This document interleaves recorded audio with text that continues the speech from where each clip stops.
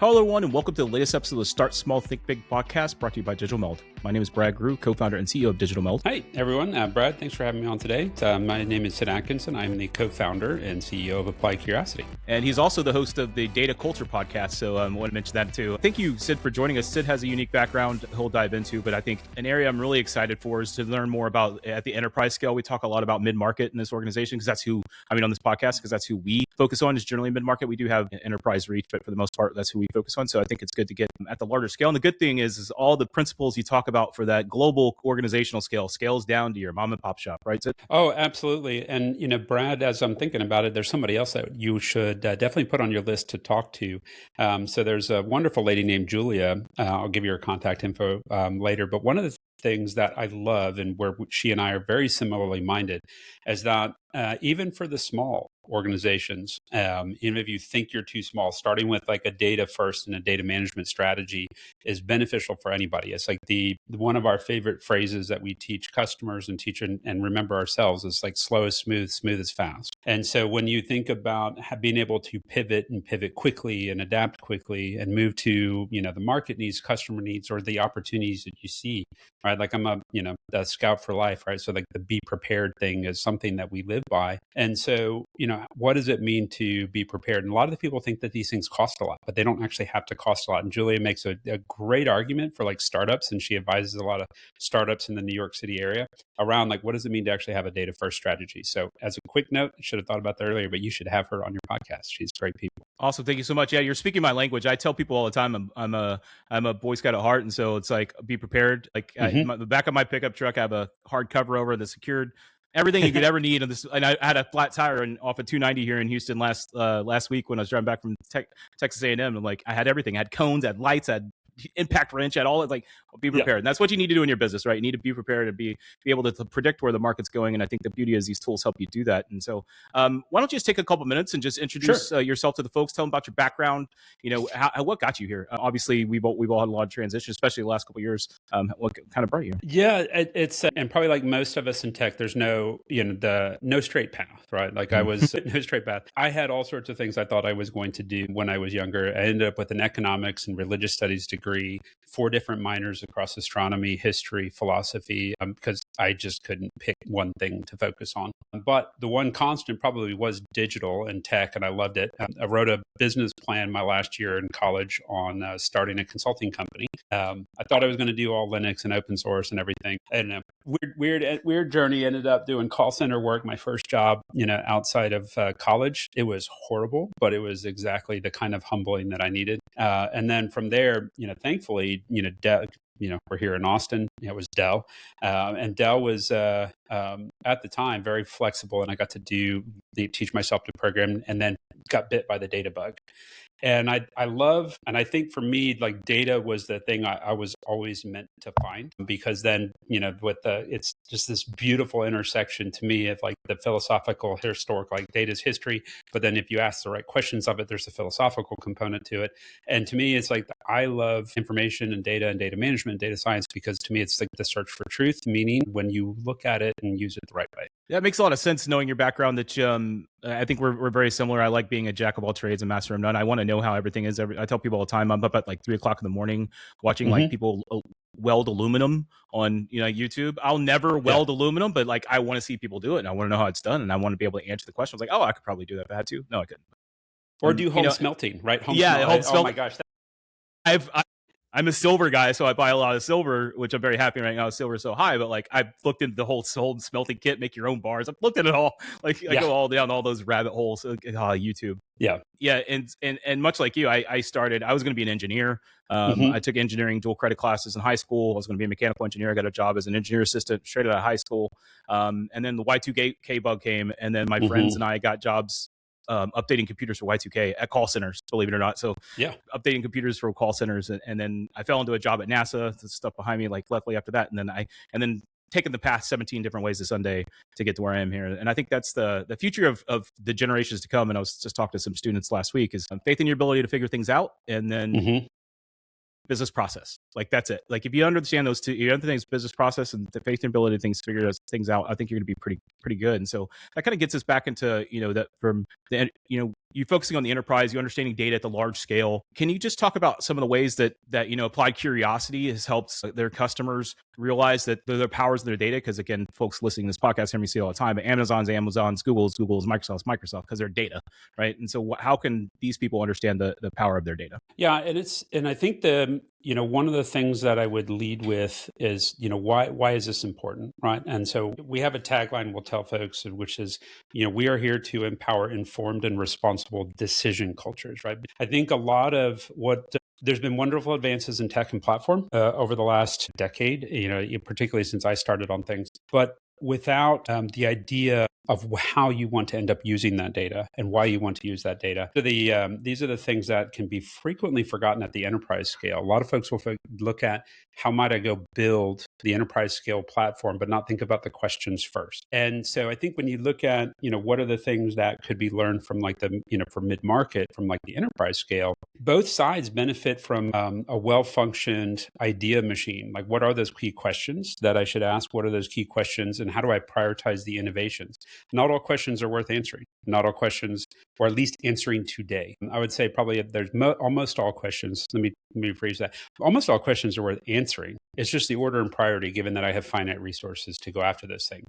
And so, at the enterprise scale, you're going to have a large sets of questions that people want to know, large sets of questions that people want to ask, and competing priorities across those. Like, how do I decide whether my HR questions or finance or marketing are more important? Right? Well, that is not an individual decision that is made easily unless you're somebody with the span across the entirety of the enterprise. But those same questions exist for small companies as well, right? Like, everybody's got finite resources. So where should I be spending my time? The biggest difference I see between like enterprise and, small companies or mid-market companies is that those who have more unknowns than knowns around some of these things, just because smaller companies are in some cases still building out what should be my approach to marketing, what should be my approach to my customer segments, what should be my channel paths to new customers.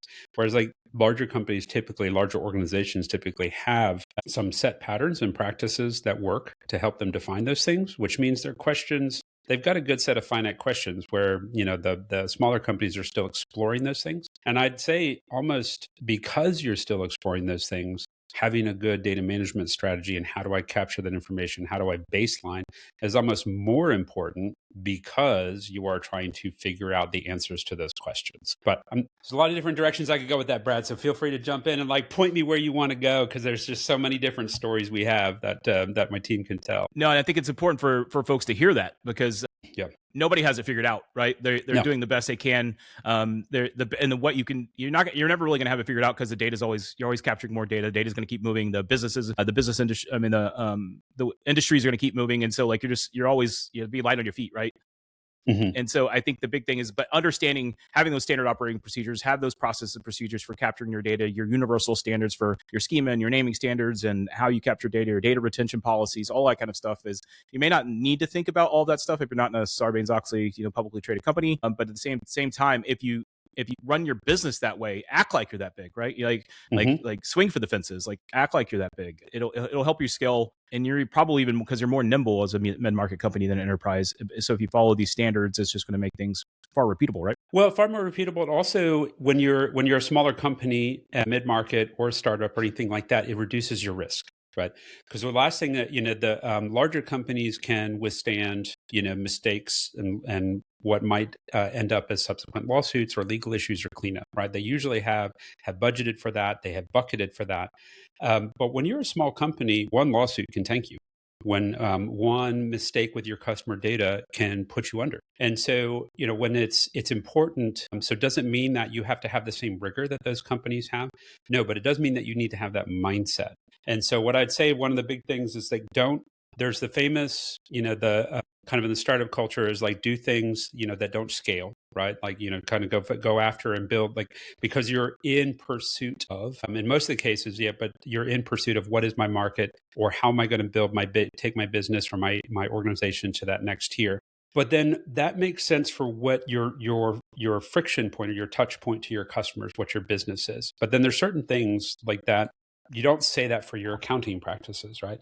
If you're a small company, it's like you should be capturing your financials, whether you're cash or accrual or anything like that. You make those decisions. You should be capturing that data consistently, because at the end of the day, end of the year and quarterly, I'm going to have to start making payments to the IRS. They're going to come after you whether you do it or not. So certain things like it's non-value add to sit there and ask new questions, right? Well, how can I be innovative with accounting? No, I need to figure out how to be innovative with my business. If I kind of get innovative with my accounting, then I'm Enron, and that puts you under. So you don't want to be innovative with certain things. And so like when you can look back at like, well, what might smaller groups learn from enterprises? Like when there is value in some rigor.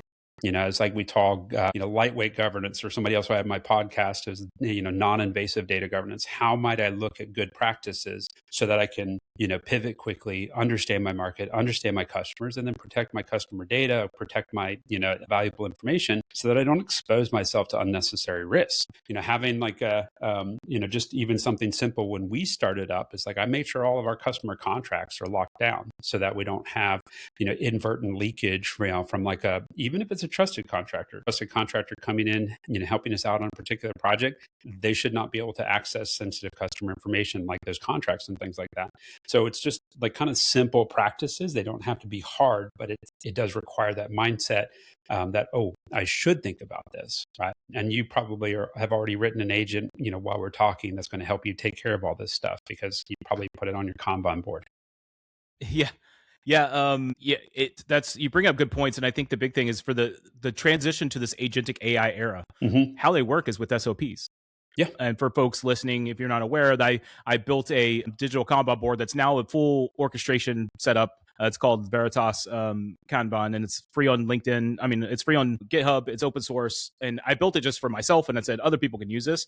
And the number one thing I do with this is building out SOPs. Tell it like, this is the way we write a contract. This is the way we roll out a VM. This is the way we do research. This is the way you give me a report from our research. And so all those same sort of processes and procedures that you do for your business, that's going to translate to this new AI era, because that's how logically these models thinks. And I think it's really important to talk about the importance of data and making sure we're capturing that data and then utilizing these tools. The big thing is when you have these SOPs, it helps you capture that data more quickly. And so we could talk about like the ongoing crisis that's going to happen within the next 10 or 15 years as the baby boomers, retire. We're losing all of this institutional knowledge. How are we going to capture that? As an example, we have a mid-market, very niche blue collar business we work with, where it's a father, son, grandson. And Oh, wow. And so like the father has been doing it for 30 years and he has this institutional knowledge. Is like, how do we get that out of his head so he can retire? Because he's still going out in the field and doing all those other things. He's the only person in this company that can do it.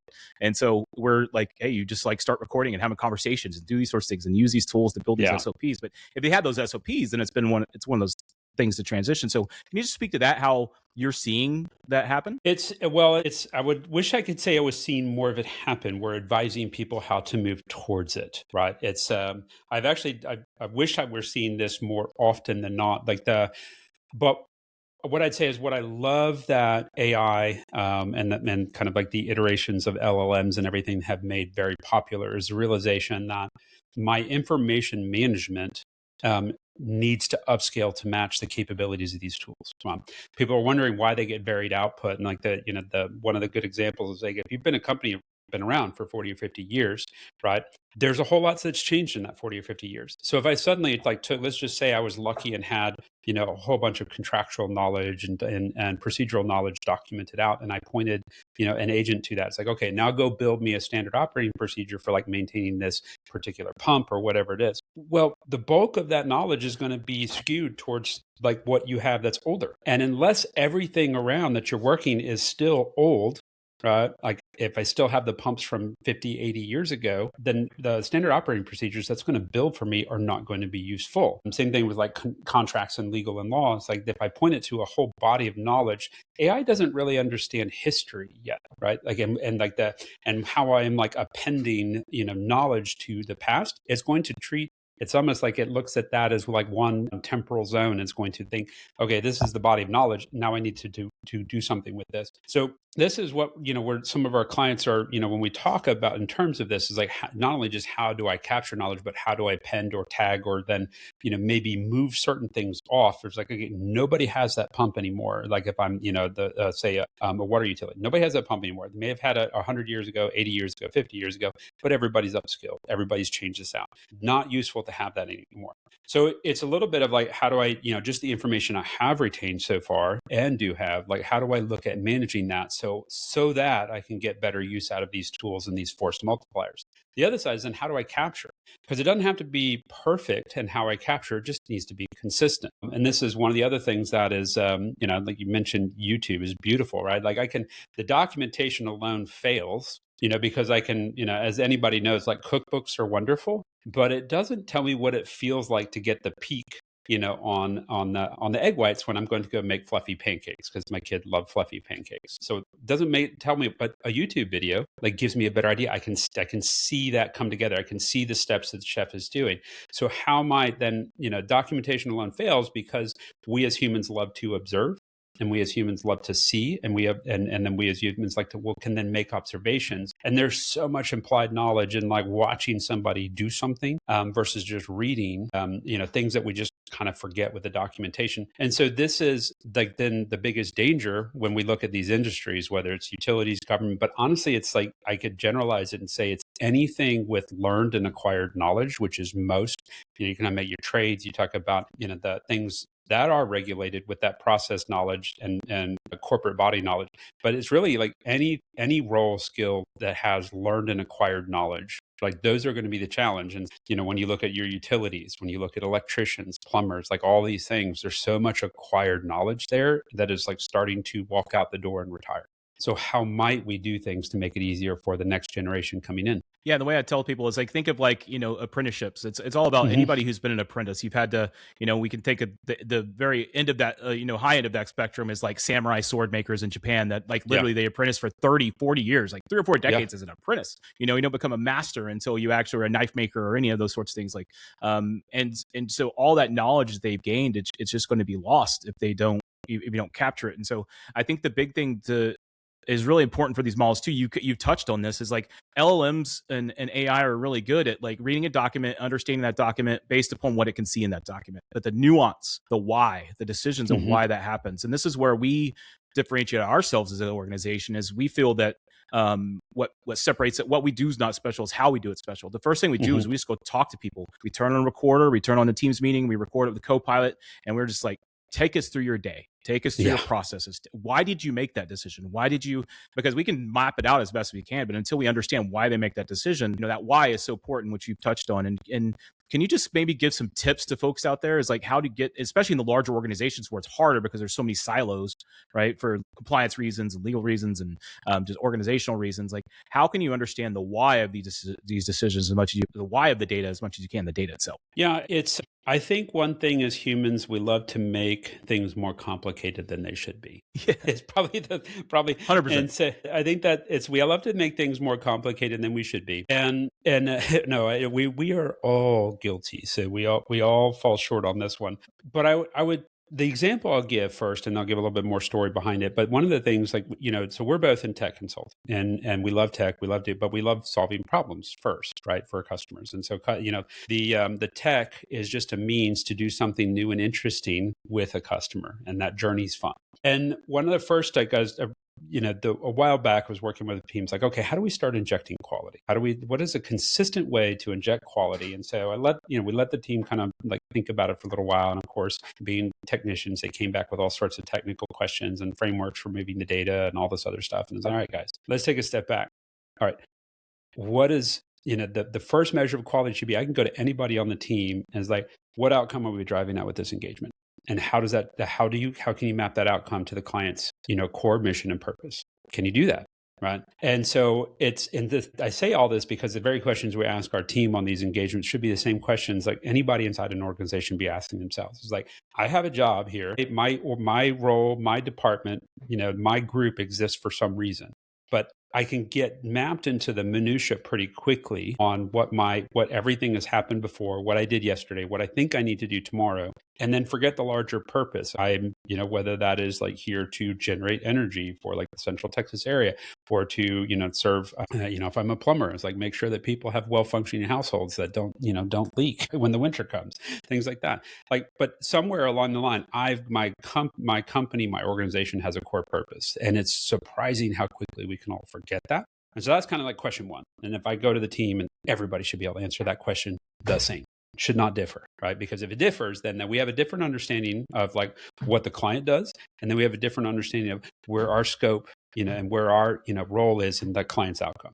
The second question typically can then vary. It's like, all right, so then with what you're working on right now, right, how does this like component of what you're doing map, to that outcome? And those answers can vary. So I'd say like for a lot of people, it's surprising. I've worked with many, many different, and because we do a lot of work with state and local government folks, it's just too easy. And I'm not saying this to pick on them. It's just, what I'm about to say is common across all of our customers. It's very easy to be mired in your day-to-day. It's very easy to get bogged down into the day-to-day. And so when you step back, and I remember doing this with one customer a while back, is like we were talking about fraud that happens in vehicle registrations. And then I pulled up the agency's mission. It's like, look, it says to protect and to serve. So we've been talking about the dollars, but when this happens, when this fraud happens, there's actually safety issues as well. So where are you capturing the human component of like what this means for citizens of your state when things like, and it was just utter silence in the room. And they're like, well, maybe we should start capturing that. It's like, yes, we should, because it's, while you may not put dollars to that, this is part of your mission, right? It is part of what you should be doing. And so, when you reframe things like that, it is an opportunity to show that you as that person that may be the cog in a big machine, can elevate the discussion and drive that change. I'm not saying it always works, because unfortunately there's some cultures, and this is what we talked about on our podcast more. There's some cultures that are very either hierarchical or just stuck in their ways, right?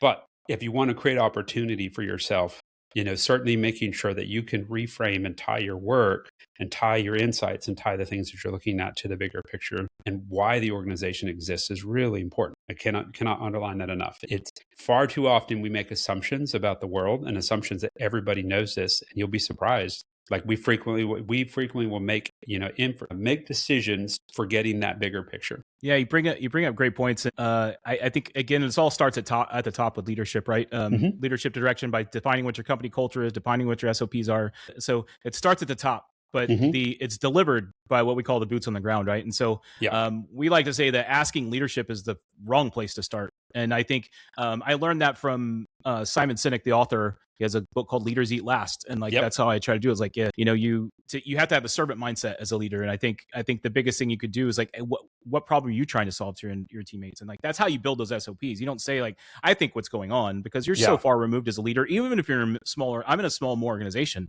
and like, there's times where I'm out of touch, in my organization. And so it can happen to anyone.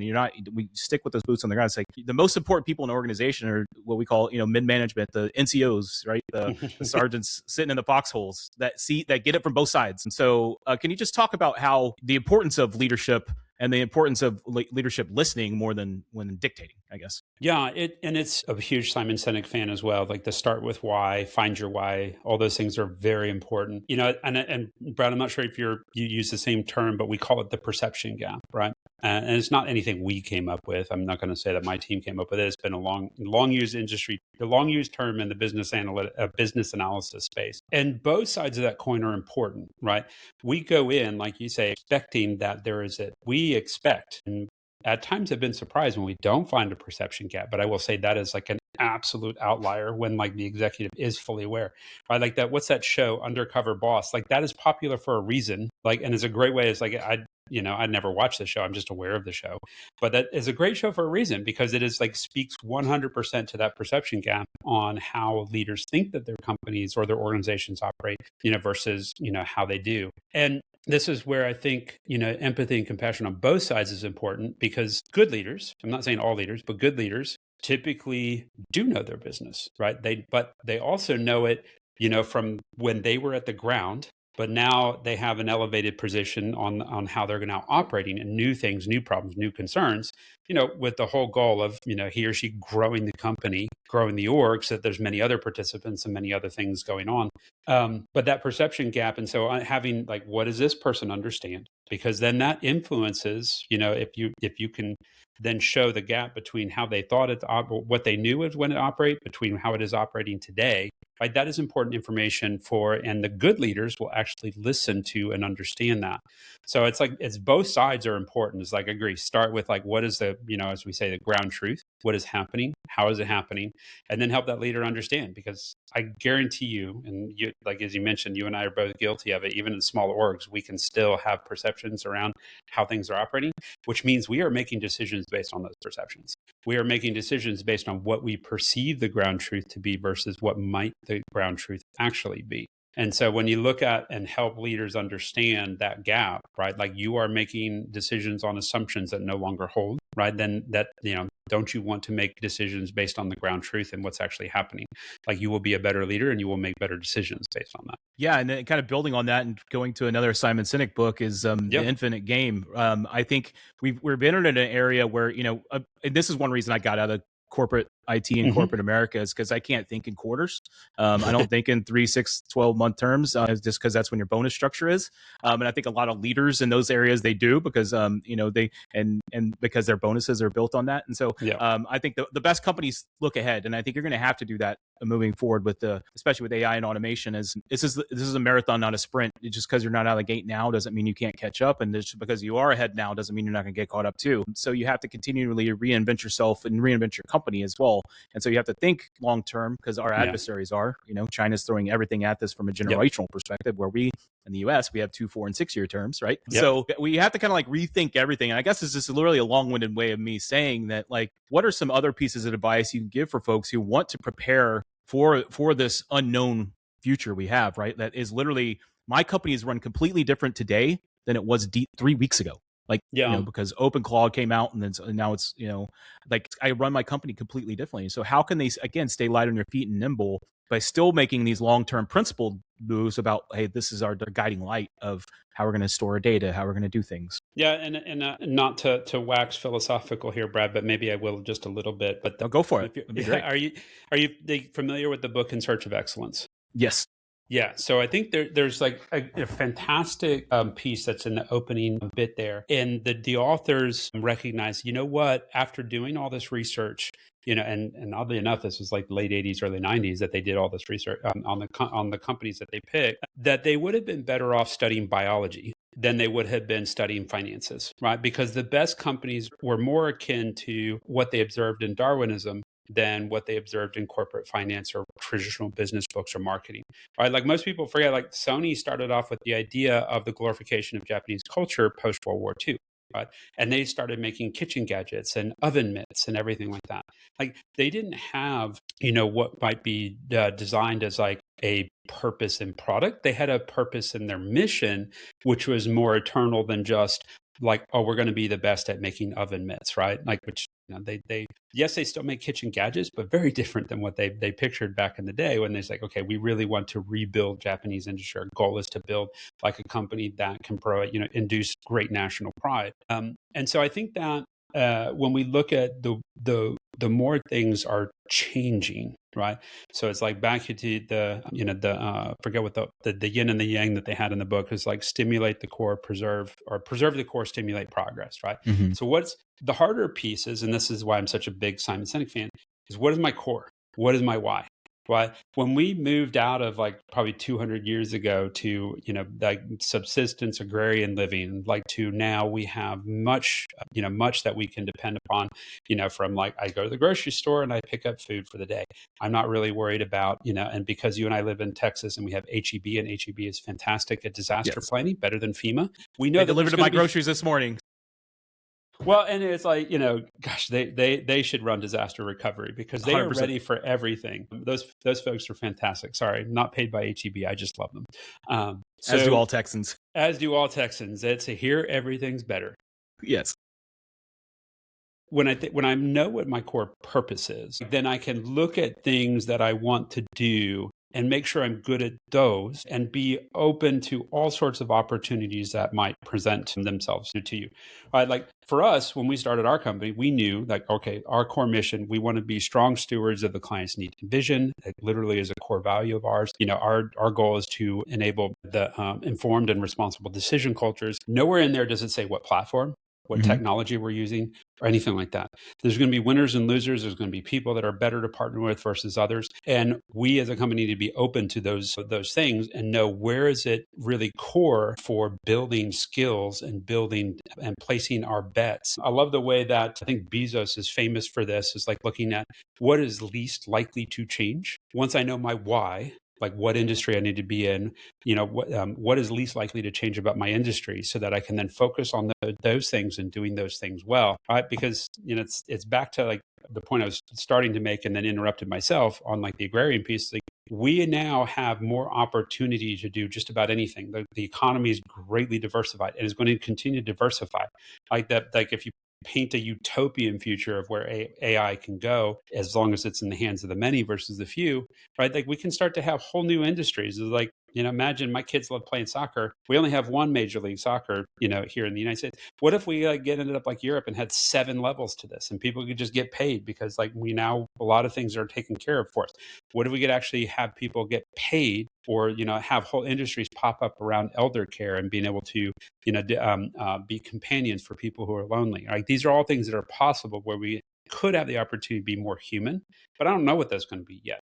So having like for your company and for your thing, knowing what your why is and what you want to do, and how do you be focused on being good at that, knowing like just like CloudBot, OpenClaw, whatever it's going to be called tomorrow after all the lawsuits settle, there's going to be 12 more this year, 15, 50, right? I can't even, I'll be wrong. I could throw any number out there and I will be wrong.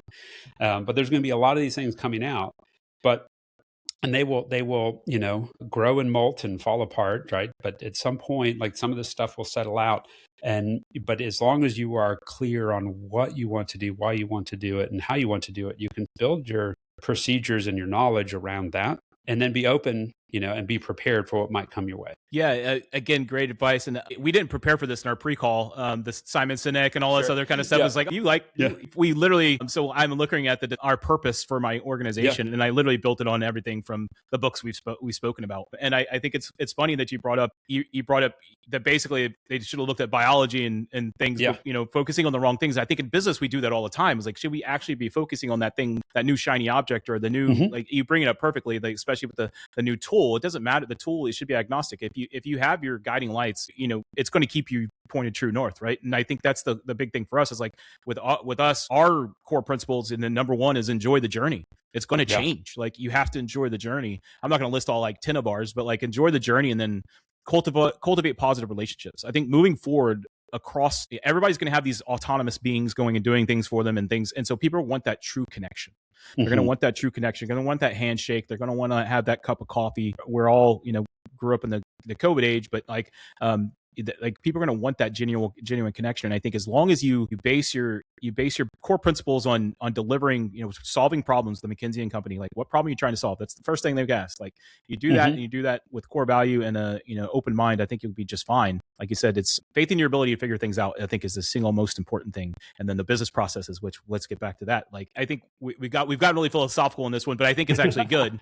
Because it's just a little bit different. So and maybe I think like we could talk about how, if you set these core principles and you are trying to grow and you try, like what we say, punch above your weight class, what are some things they can do now to start along that journey of getting their data where it needs to be, understanding where that long journey goes? Yeah. And I think that's why like the purpose is really important, because then we all deal with constraints, right? And so, recognize, even as a small company, recognize even the biggest companies are dealing with constraints as well. Right, like Eric Ries is famous for saying, it's like, send your best ideas, to what you view as your enterprise competitor, and you will be shocked that they do nothing with it.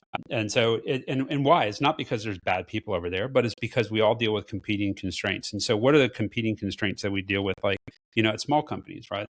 So, if you are clear on purpose and what you want to do, then you can realize that, what, I don't need to sit here and probably spend a lot of brain cycles thinking about how I should do my HR or how I should do my accounting. Unless those things map to my why and map to my unique value proposition to the market and to the customer, they are not worth my time today in innovating or being focused. So now you can winnow down to like what just because you can do a thing doesn't mean you should. Just because I can go have like Claude help me build an HR system doesn't mean I should, unless I'm trying to be an HR company.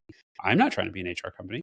I just license a platform because I don't want to have to think about it, right? I want somebody else to tell me what are some good practices here and how I should be doing my HR, and have a platform do it for me, right? Because I need to focus on helping customers build responsible, informed decision cultures. That's my team's purpose. That's our goal.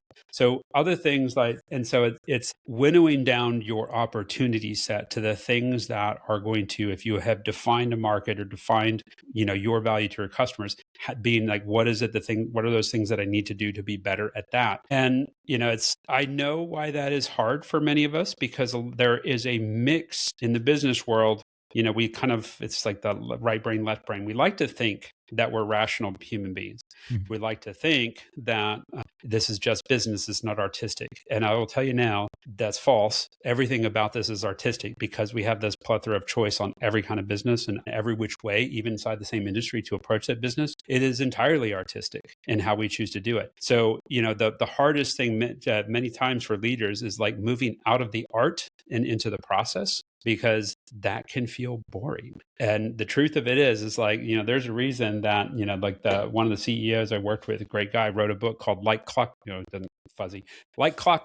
because when you build your business, you are trying to, as Brad said, build those standard operating procedures around the things that are of value and working well, and then figure out how to innovate. And I think that's the balance that people can strive for, is when I know I've clicked on something that is the right thing for my customers, for my team, for my business, like go build your standard operating procedures around that, and then go figure out what is our both risk tolerance and budget for seeking new innovations, right? My big eyes and my little eyes. My little eyes around my standard operating procedures. How do I optimize and make those work better? My big eyes around what might be whole new processes, or blowing up like certain processes or whole new markets, right? You always want to balance between those big eyes and little, what I call them the big eyes and little eyes, like things that make incremental gains versus like big eyes step function gains, or like creating a whole new grid, right? So yeah, that's great. And so that book is by Sam Goodner, I'm guessing. Yep.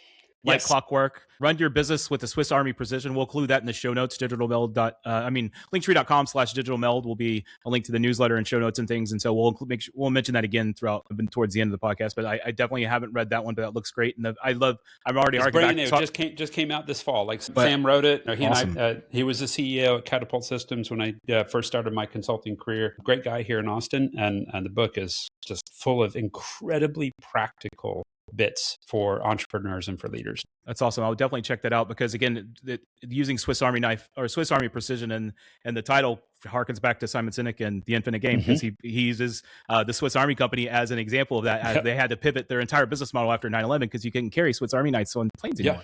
Yeah. It's a great use case of just we'll definitely include that in the show notes.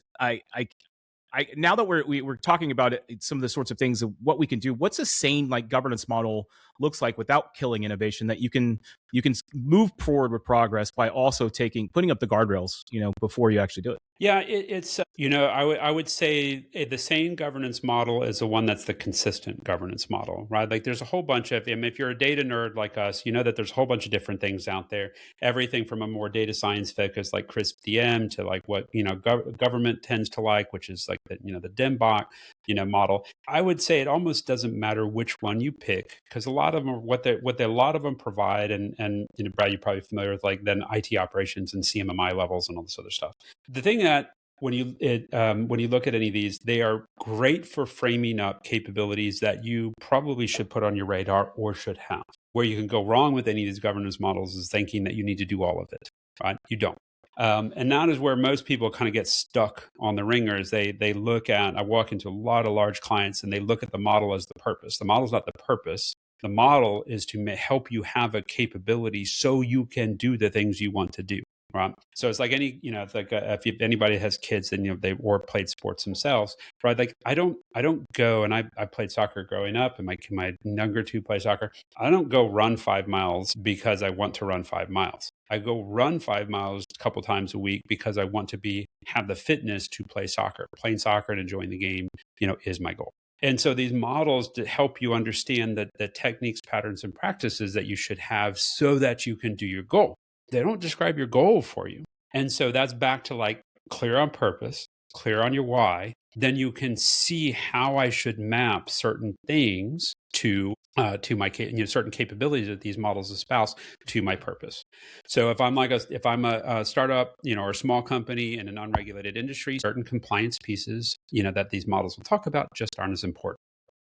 If I am in a highly competitive industry, then knowing okay, you know what? I should probably pay very, very high attention to certain security, logging, and governance practices around who accesses information. Because if I have my IP leak out, I won't survive. Even though I might win the lawsuit, I won't survive the time and the money spent on the lawsuit. Right. So sometimes it's not even about being right. It's just about surviving to prove you're right. But you can't look at the model and know what you need to do. You have to look at the model in context of who you are and why you exist to understand what's important for you. And so I'd say it's again, a lot of them will talk about different things from the data, simple data management practices that you can do, which, I think most app dev and people understand, which is like backups and recovery, logging and bits like that. The hate to use the term Maslow's hierarchy because it's not actually was not a very well researched hierarchy, but people understand the intent behind that is if I take care of some certain base level needs, you just realize you're setting yourself up for flexibility down the road. If I'm, back to the running and the general fitness, right? I like playing soccer, but if I take care of the general fitness and my health, okay, well, I can go backpacking this summer if I want to because I'm fit. All right, I've taken care of my health. I've made sure I haven't cratered my knees or anything like that. So, I can I can pivot towards many different things, not just the one thing that I want to be able to do, or respond to opportunities in the market as they present themselves. So I'd say it's the things I would highly suggest people pay the most attention to, and it's back to the why. If you know how you serve your customers and you know what information, then this helps you think about what information is most important. What information tells me about how I can do service better. And surprisingly, you might find that you don't capture that information.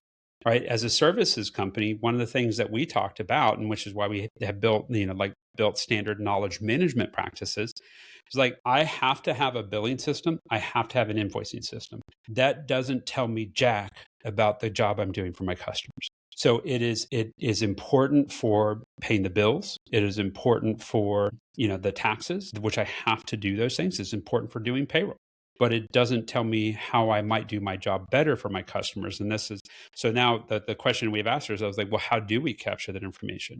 How can we consistently create this body of knowledge that will then allow us? And so, then at a company our size, which, we're not very big, we are creating, platforms and we're not creating, we're using somebody else's platform, but creating processes that allow us to capture knowledge that then is towards what our core purpose is, which is serving customers, bringing information to them. Ostensibly, everybody hires a consulting company because you think, all right, you, Applied Curiosity, have experienced many different things, and I am hiring, one of the value propositions in hiring a consulting company is that you're going to bring that knowledge to me. For the past 40, 50 years, that has just not necessarily been true unless you hire the team and the individuals inside that consulting company that have that. Well, that's the problem that we want to solve, right? And because it's our purpose is to, at scale, to bring those responsible, informed decision pieces, which means we have to be able to have these stories, which means everybody has to be able to access these stories, which means we have to have a way of capturing these stories and storing this information and making it usable. So it's when you are clear on what your purpose and your why is, then you can think about it's not just the data I have, but what data should I have? What information should I have to live up to that purpose? And so we intentionally define new sets of information that we should have, but that I had not seen. I've been in 4 other consulting companies. I've never seen anybody capture it well or consistently. So that's, that is a problem that we are solving. And are we probably going to change the way we do it 5 years from now, even 6 months from now? Yes, I already know we're going to change it even a couple months from now. But it's the fact that we ask that question. Now we are identifying new things that we should be managing because those things are unique to us and unique in how we desire to serve our customers. And so therefore they're important to bring to bear and to put practices around. Yeah, all great principles. I think the biggest thing, I like that basically you have a measured approach, right? You have to measure the importance of having that ground truth and then the importance of just getting started. that couch to 5K. You have to get up off the couch before you run a marathon or 5 miles. You have to take that first step. And it's funny that you mentioned this, because we actually released a product last week, or announced a product last week, called Meld.io, where we're trying to figure out how to do this from an AI perspective, where you're capturing data from agents and stuff. And it's one of those things, like we went through analysis paralysis for a while. Like, okay, what hierarchy system do you use? And at the end of the day, I was just like, let's just shut up and build, because it's going to change 5,000 ways to Sunday. By the time we actually get it to a place where it can see to people. And I think hopefully people out there listening is like, just get started. Don't worry about, as long as you have the core principles, like with, don't worry about, like, if you're building a piece of software, don't worry about what platforms you're using, what frameworks or anything like that. Just like worry about the problem you're trying to solve, worry about understanding the basics of object-oriented programming. And then the rest is just going to figure itself out once you start building and get it in front of people. Awesome. So, we've talked about how collaboration is really important and how governance is really important. I think one area that we both agree on, I think, just from our early conversation, that we see human in the loop as a key point of all of this for many years to come, whether AGI comes tomorrow or not, which we both know it's not. But like, human in the loop is so important. And while you utilize these tools to basically get rid of the menial tasks to focus on the things that matter, but the key decisions are always going to, at least for the near future, I say 5 to 10 years at least, rely on the human decision. And there's multiple reasons I think that's going to be true, but several of them is that back to purpose. Why? Like we are the ones that are both understand and make the both empirical and non-empirical decisions around why things should happen, why they should exist. Like, we have lawyers for a reason. We have like disagreements for a reason and agreements for a reason. Like everybody comes at both an opportunity and a problem with like competing values, with aligned values, different values. And so, the human in the loop piece, it is the machine processes can help inform us on those different competing values, the different ways that hopefully we can look and understand somebody else's perspective. But at the end of the day, we are the ones that are experiencing both the decision, the risk, and the outcome of those. And so it's not necessarily the machine that's going to have that. So we have all of the risk and, in many cases, all of the benefits. So it should be humans for a long time making that. The other side, until we get to, I think what, the folks are talking about with world models, the ability to observe, the ability to, it's like everything with these machines today is just like Plato's allegory of the cave, right? Like they're looking at shadows upon shadows of the wall, and they're looking at the ground truth that we are feeding them, not actually observing the ground truth. So I think, the things that will help make it different, and maybe where we have less humans in the loop, but the ability to observe and take in multiple inputs is going to be like, I think that the world model concept will make it different. But that still doesn't get to the sentient piece of, out of all these different things and competing opportunities, there is going to be choice that has to be made. And that choice is not always rational. That choice is not, or even if it is rational, it's going to be rational from a standpoint on information that was hard to feed, and rational from a preference, rational from, a dislike, right? How do you have a machine decide it likes blue versus green better? Right? On what preference? Like, is it going to help you decide your car color that Brad should have on his next new car? And like, it might make some guesses, and might make guesses based on who you are and your information, like looking at probably knowing way too much about you, but it's still going to be based on Brad's, preferences. So I think there's a bit on this, the human loop accountability, but also back to we hopefully will use this tech and the many methods inside this tech to come closer together as humans versus further apart. So I think the more we try to abstract the human from things, I think the more dangerous it can get. Yeah, and it's funny you mentioned that, because the world models, one area that they have been using world models, or as close to world models as you can get, is autonomous driving. They've been doing that for years, right? And so Waymo, which those taxis are all over the place now, they map out 3D worlds, they understand all those sorts of things are coming, and still they don't have that.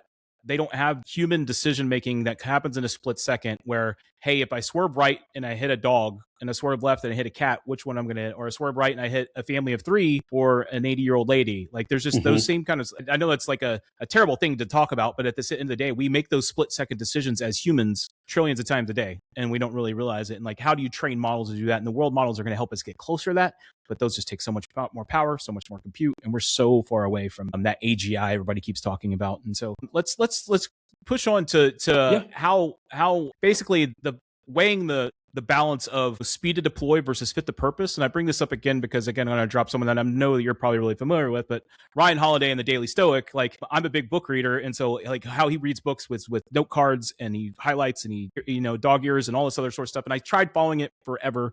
And then I was like, I had to find the right balance. Right? I agree with a lot of what he does. And I agree with what he does do. And so like, how do you find that right balance from that perspective? Balance is always hard. And I think the biggest, what works for me, right? And I think that's the big thing as humans. We can always say what works for me. And, because it's what works for me might be useful and instructive to somebody else. And it's not going to, but that hopefully inspires other things.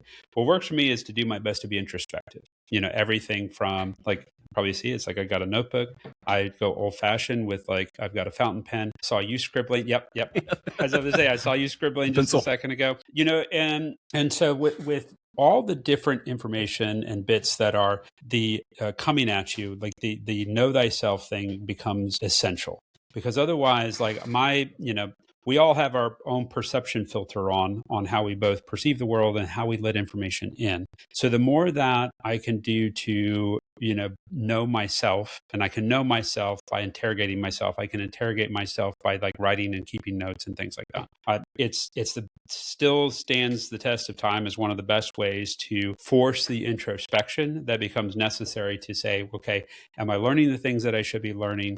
It has been hard for me in the past to abandon books. I'm the kind of person that even if the movie was awful, I stayed in the theater. I still remember going to see Mars Attacks with my friends in high school, and I was the one that drove. They were pissed off that I wouldn't leave. I knew the movie was god awful, but I was like, wait, everyone, there's going to be a punchline. I swear that they're going to close this and close this well.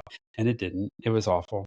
But, I have now learned through introspection to like when certain things just aren't serving my purpose anymore and be better. I'm not going to say best, never going to say better. It's always the life of trying to be a little bit better than the day before. Mm-hmm. So better about moving on, but that moving on to learning something new, what works for me as far as note taking, whether I'm like the scribbler that, uses a million little like sticky notes. And then, I love, like note cards and stuff like that. So I am kind of like the note card and sticky note person. And it's just, it's the way my brain works. I love spatial memory and being able to remember where things are is very helpful for like indexing on different ideas or things that I've had. But yeah, the introspection is really important. And I can tell when I don't do it and don't do it well, or if it's been a while, then I kind of stagnate. Right? It's just like I don't have as many good ideas, or I'm not as empathetic as I should be for, my clients or my team. Yeah, again, more great information. I think it all starts with empathy. I think that's one area where technologists, we generally struggle. Most technologists aren't really strong in empathy. It's something you grew into. It's something I grew into, I think. And I think that's really the most important thing. We say we're problem solvers more than we're technologists. I just need to understand what problem you're trying to solve. And the only way you do that is to ask questions and to listen. I think that's the big thing too, is to listen. That's one reason I started this podcast, to listen to folks like yourself. And so thank you for coming on. It's been a fantastic journey. You've offered a unique perspective that we haven't really heard more at the, for lack of philosophical type, like at the how you think yourself as an organization, how your mindset, right? The mindset more than the practice. Like obviously, the mindset drives the practice. I think we both agree on that. But so thank you for that. I think it's just a really unique perspective. I think the listeners are going to love it. And so I think we can just go and get started with a little rapid fire here. We'll ask you a couple of questions really quickly, and then we'll take it from there. Awesome. Yeah, so I guess what's one small win that automation, or a win for automation or AI or something that every company, regardless of size, should probably try within the next quarter, like a low hanging fruit, right? So something that, hey, just give it a shot. I would say there's there's a lot of it's the human touch, right? Like what are little things that I can do as like the human touch? One of the things that we've been experimenting with. I know you're probably a Copilot fan. We've had mixed bag with it, but for us, one of the things that we've done is integrate Claude with our office and our teams and other things like that. So as a person with many different interactions, like how do I make sure I'm living up to the things I said that I would do? right? Like if it's really important to hit those commitments, of doing good on commitments and following through, and the follow through is really important. All right, well, let's make it easier for everybody. Like, how might I automate that? How might I have, like, for example, we use Claude internally. So how might I have Claude like troll through my Teams, my Confluence, my Outlook, and make sure, did I follow up on the things I said I'd follow up? Right. So I think that like the things that kind of automate, your ability to hit your commitments, it's super easy to do right now. Mm-hmm. It doesn't mean that these things solve the constraint of time. They don't fully solve the constraint that I've only got 24 hours in a day, but it does help it reduce the time it takes for me to find out more about the commitments that I've made. So I think that's one thing I would look at, is like, well, you have these touch points, you have this opportunity. I would not use it. I don't think it's a good idea to use it to automate your emails, like No. you want to be able to, you want to have that, like the human touch, the personal touch is very important. Taking time. If time is our most precious resource, right? Automate like the discovery and the research, but don't automate your interactions. 100% agree. And we use Copilot just because the meeting capture feature, it's the lowest barrier of entry for people who are Microsoft customers. It's far from perfect. We use Claude. We use basically every one of them. I bought the Plaud, Plaud, like device that clips on the back of my phone that it can just record, and it records when I have a phone call. I'm just trying to capture as much as, and those automations you talk about is the first automations I ever got started with. Is like, okay, what do I owe? What do I owe? How can I be honest? And so I think that's a great place to start. Is like, and agree, just on the data capture, automate that, and then the actual delivery. I still write all my emails. I will not send access to my, no matter how great it makes me send access. It tried to send a LinkedIn message for me the other day, and I was like, no, you don't have access to LinkedIn anymore.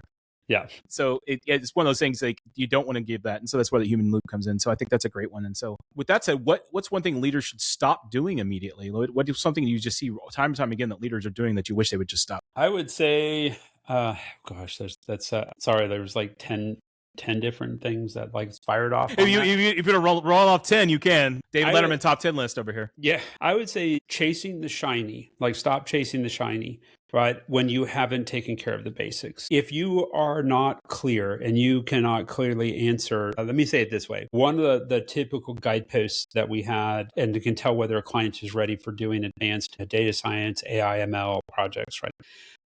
What is their kind of fluency around the data that they have today presently? Can you go answer questions around, your customers, your customer segments, where your leads are coming from?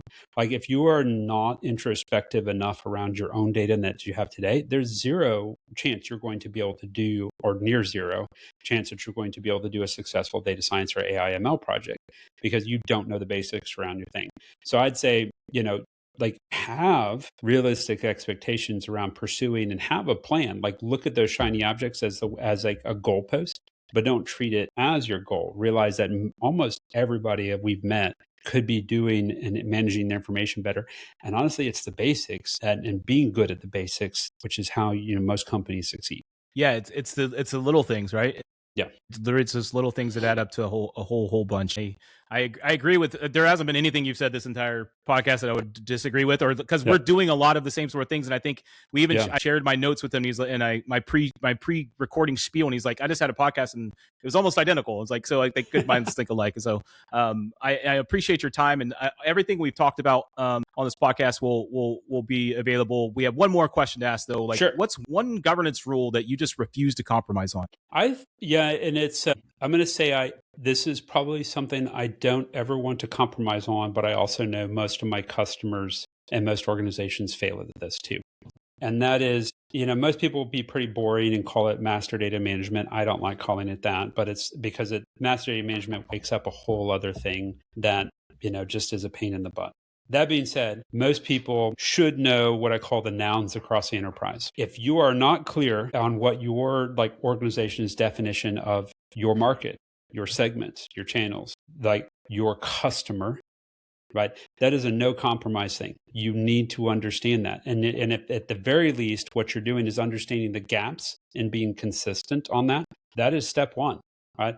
Like the back to like the governance pieces, there's so many things you can do, but all of it should be in service of knowing those things, like those core nouns that define my business and define the interaction, the surface layer between my customer and then all the procedures and processes I have behind the scene. If I'm not clear on that, I'm going to have a hard time running my organization. And it is shocking how many people have not paid attention to that and think it's somebody else's job. It is leadership's job, point and center, no compromise. You should understand your nouns. And if you don't, you need to take the time to understand your nouns so that you can understand the gaps to getting there. Because that is like one of the number one things that gets in the way of being able to pivot, being able to understand like new opportunities. But if I don't know my customer and don't know my market segments and I see new opportunities, how do I know what lessons I can take from the last to go to the next? How do I know how I can divide the new world out, when I move to a new opportunity? So there's loads of things that are a problem. But that to me is probably the evergreen governance thing, because as soon as you know it, you're going to realize things that you need to pivot and do different. But that's the importance of it. Yeah, and again, knock that one out of the park as well, because you can't actually know what problems you're trying to solve until you know where you should be pointed, right? So, and it's bringing in a consultant and saying, "Hey, make sense of all my data." Well, what are you trying to make sense of? Like, okay, I can make a point literally wherever you want. Like, I need you to tell me what's important to you. And so I agree with that one as well. I think that's really great. And so again, thank you for joining us, Sid. Really appreciate it. I know we talked about a lot of books and services and solutions and all kinds of stuff on this podcast, folks. So just head to our newsletter and the show notes, linktree.com/digitalmeld. The newsletter will come out. It'll be on LinkedIn. I'll have links to all the resources, all the great books, and they'll be direct to the author. I hate going through Amazon if I can get it to the author. So we'll go being direct to the author. And I agree. Everything we talked about here has been fantastic. And so thank you so much, Sid, for joining us. And I think, why don't you just take a couple minutes and let people know how they can find you and how you can engage?